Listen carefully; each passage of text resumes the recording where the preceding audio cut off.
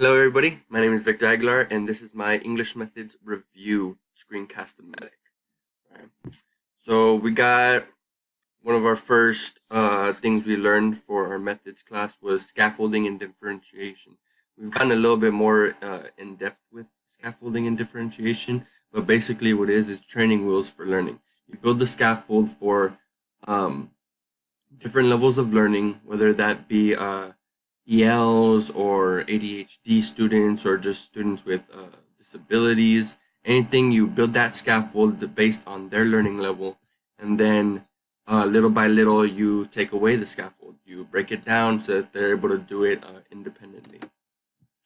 Um, Schema.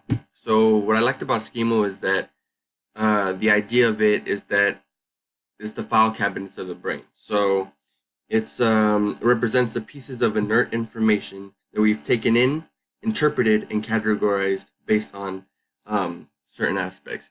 And what I liked is that this overlapped with my ed psych class because we were learning about culturally cognizant teaching.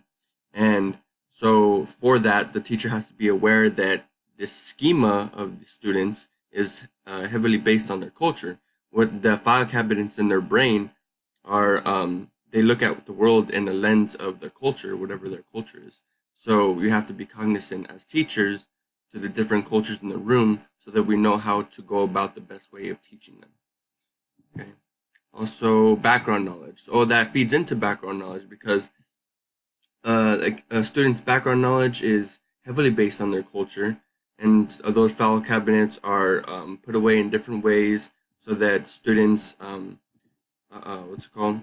They're able to retrieve that information based on that lens. But the thing about background knowledge is that some students have more than others, and it all depends, on the individual student. But us as teachers, we got to figure out which students have more background knowledge, and another way to what's called scaffold instruction for those different students. We need to create opportunities to build on it. So and this is very important just because background knowledge is one of the most key factors in a student's learning ability. The more background knowledge they have, the better equipped they are to learn new information. And then, last but not least, modeling. So I believe, and I've read that modeling is a very key, important part to instruction. With everything that we teach, we should be modeling. And reflecting back on my education experience, modeling did play a big role in everything that I learned because if the teacher was able to explain it, that's one thing, but if they're able to show how to do it effectively, then I was able to instantly understand what they're talking about and instantly do it.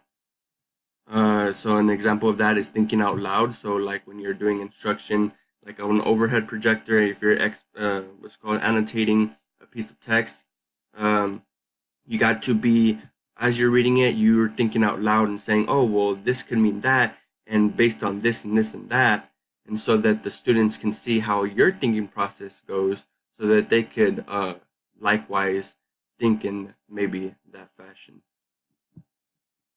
And yeah, that's my screencast-o-matic.